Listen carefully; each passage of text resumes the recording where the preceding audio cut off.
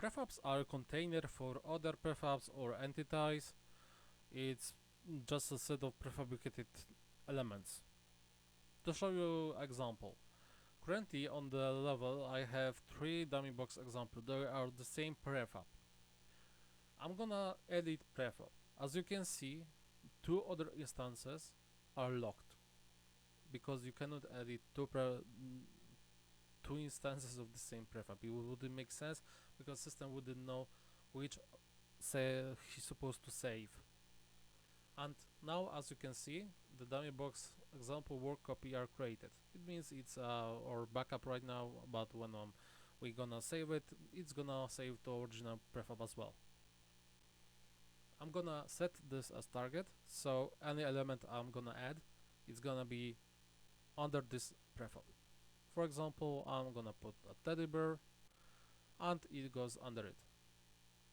And as you can see, dummy box example has been changed to orange. It means there was some changes in this prefab, but it depends if you wanna to save it or not.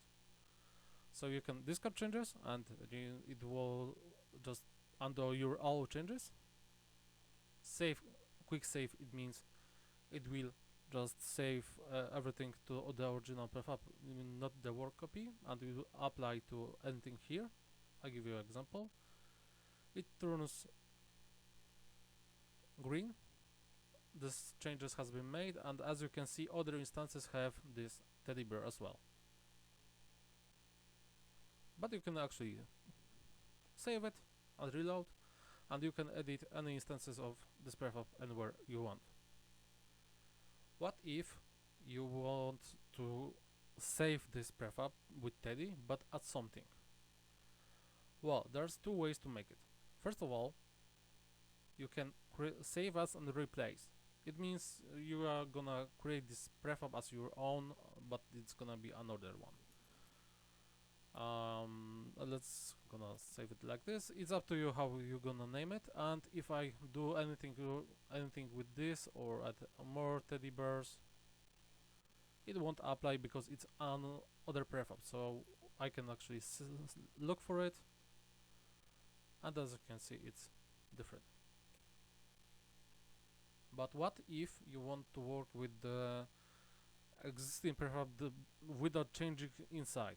Well, it's very simple. You have to select the entity you want, like create prefab from selected, name it, like let's say main, and as you can see, this main prefab contains an example. It means this become parent for this. You can actually move anything you want to here, and it's gonna be in this place. So when you're gonna save it, as you can see, the pivot changes and you can move them around. And you can actually add any flower on it, or just I'm looking for a mesh, yes. Okay, let's let's do it that way. And you have on this prefab when someone can work on this one. To give you a bigger example, I have a water tower. This is just an example. Water tower contains geo, it's well, geometry, logic, and there is of course audio and more like zones. There's a lot of things, and they are in the same pivot.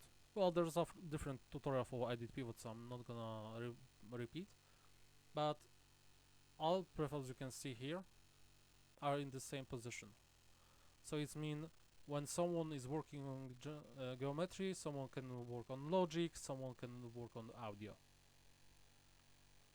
That's the power of the prefab, and you actually don't need, for example, when you have huge location and you need to fix one thing or one room, for example, you can just put this prefab, like logic, on from the, well, I don't have it, so I don't think they are locked prefabs, so they cannot be found in prefab browser. But for example, let's say I have another this one. Well, I don't have an example, and I don't want to repeat tutorial. So What I mean is that you can take just part of the whole prefab and it will gonna be fast on your work. That's basically it with the prefabs.